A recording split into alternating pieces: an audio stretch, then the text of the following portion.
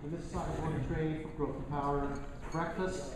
And today we have the privilege of being able to hear from Tim Ray, who was the founder of foodscrooge.com and is now the general manager of Wagjag Grocery. He has a wonderful story to tell. Many of you may have seen him on the Dragon's Den, and some of that will, I'm sure, be explored and discussed today. He's being, as usual, interviewed by David Wojcik from Biz TV, and let's listen in. Thanks.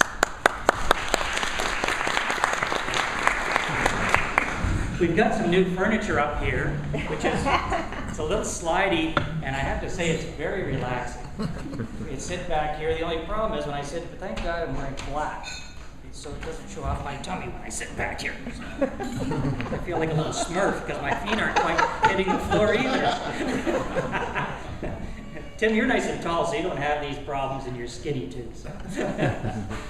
Anyways, ladies and gentlemen, thanks for coming out. It's a privilege to talk to Tim. We did meet beforehand, and he told me about his story. It's a compelling story. It's a really interesting story.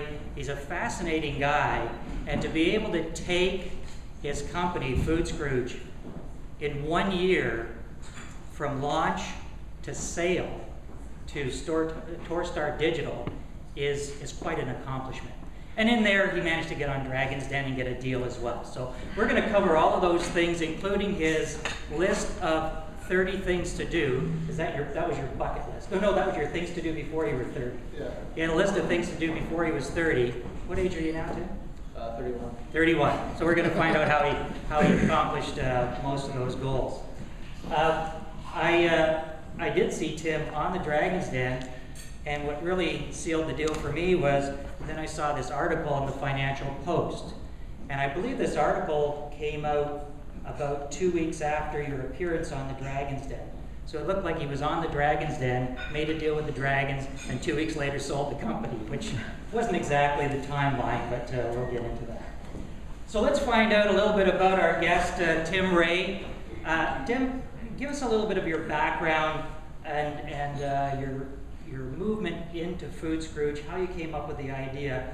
You're a farm boy from a farming family, and that really gave you the impetus to go into your career into Maple Leaf Foods. So tell us what your life was like growing up and how you ended up at Maple Leaf Foods. Thanks, Dave. So yeah, I grew up in near Belleville, Ontario, if you're familiar with that area, in a small town called Sterling.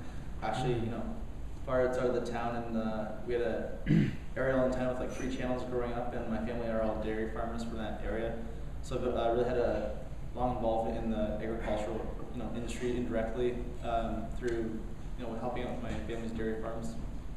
And so when I had the opportunity after graduating from university, Maple Leaf Poultry, which was still its own company at the time, and I was looking for jobs. I had completed my undergrad in Windsor, and I applied and was able to get a job in the commodity poultry business with Maple Leaf Foods, which really combined my interest with already being in agriculture before, and really which was the foundation for my knowledge to found Food Scrooge, because within Maple Leaf Foods, they're a primary processor of pork and poultry, where they operate slaughter plants, and I was really able to build that base knowledge of the commodity industry. So chicken and pork is just like oil or natural gas or gold. It trades every day on every single piece of that bird trades as its own market, just like you would trade currency or gas or gold.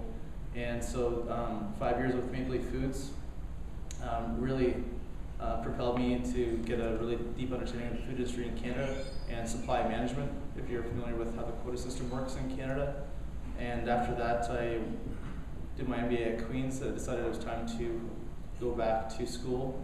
And it was during my MBA at Queen's that I really had the eureka moment for Food Scrooge, because I was sitting in class one day and I had no idea what group buying was.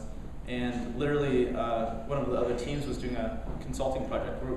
Part of the program when we finished off was we had to do a consulting project for another company and propose a recommendation. And one of the teams had proposed a project for another group buying company. And within about 5 to 10 minutes of hearing the business concept for a group buying and how that industry worked, I just kind of put 2 and 2 together and said, I can do this for food. And probably not to my professor's liking, I went on GoDaddy.com, thought of foodscrooge.com, bought the domain name for $12.99, incorporated the business the next week, and this was November of 2010. Yes, this was November of that year. I literally thought of the company, incorporated it, and I was doing it full time by January, looking to develop the site from scratch. So, are you looking to be a Mark Zuckerberg story where you're going to have people coming and suing you because you stole their idea from university? No, I think Not yet. I'd be a lot more successful.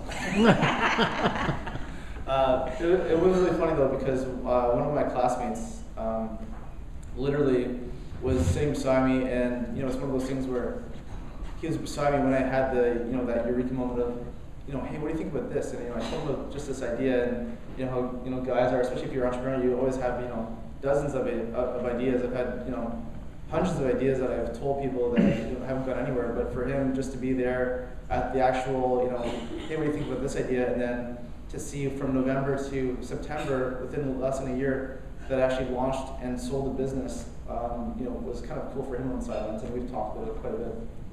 So before we get into that year-long process before Torstar Digital came along and bought you through WagJag, let's talk about that list that you had at age 21.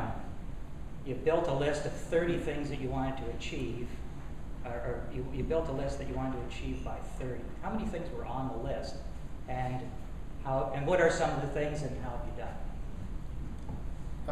So when I was 21, I had read this book, Think and Grow Rich by Napoleon Hill. Probably a lot of you have read it, and it really, kind of changed my life, my perspective, because one of the premises of the book that I remember, I don't remember every detail, but was that 98% of the population really has no plan with their life, or really a direction. So if you don't have a direction or a goal for where you want to accomplish in life, then wherever you end up at 40 or 50 shouldn't be a surprise, because you didn't know where you're going anyways. So if you want to be that 2% of the population and you want to achieve certain things, plan that out to the nth degree detail. So after reading that book, it really prompted me to develop this list of 30 things I wanted to accomplish by 30. Some of them were non-material, like live for a summer in the south of France, which I never did that.